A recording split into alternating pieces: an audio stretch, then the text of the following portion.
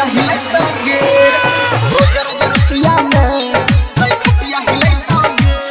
Presented by PM Recording Studio, Alamnagar, Madhepura. DJ विकास सही खटिया हिलाइतोगे हिलाइतोगे। बात माने हमर छौरी गे ढोरी छौ तोर कटोरी गे बात माने हमर छौरी गे ढोरी छौ तोर कटोरी गे। एक दिन कोई नहीं कोई तोर जवानी जुठैतोगे रोज रोजे हे गई रोज रोज रतिया में सही खटिया हिलाइतोगे गे रोज रोज रतिया में सही खटिया हिलाइतोगे रोज रोज रतिया में सही खटिया हिलाइतोगे। मिक्स बाय बलभद्र सिंह खटिया हिलाइतोगे रोज रोज सही खटिया हिलाइतोगे।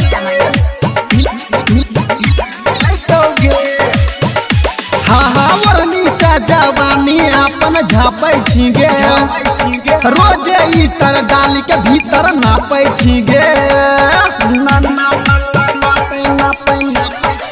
सुने वरनी सा जवानी अपन झापै छीगे रोज इतर डाली के भीतर नापै छीगे। केतनो कर भी माना लब के लोसन लगैतोगे रोज रोजे हे गई रोज रोज रतिया में सही खटिया हिलाइतोगे गे रोज रोज रतिया में सही खटिया हिलाइतोगे रोज रोज रतिया में सही खटिया हिलाइतोगे। Presented by PM Recording Studio, Alamnagar, Madhepura.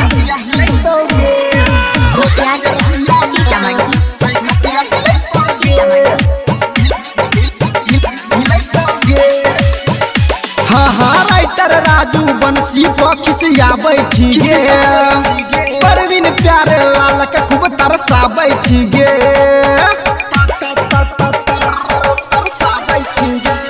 हाँ हाँ राइटर राजू बंसी खिसियाबै छीगे परवीन प्यारे लाल के खूब तरसाबै छीगे। कैसे देतौ जवानी गुलशन साइज मिलैतोगे रोजे रोजे हे गई रोज रोज रतिया में सही खटिया हिलाइतोगे गे रोज रोज रतिया में सही खटिया हिलाइतोगे रोज रोज रतिया में सही खटिया हिलाएगा। मत माने हमर छौरी गे ढोरी छौ तोर कटोरी गे।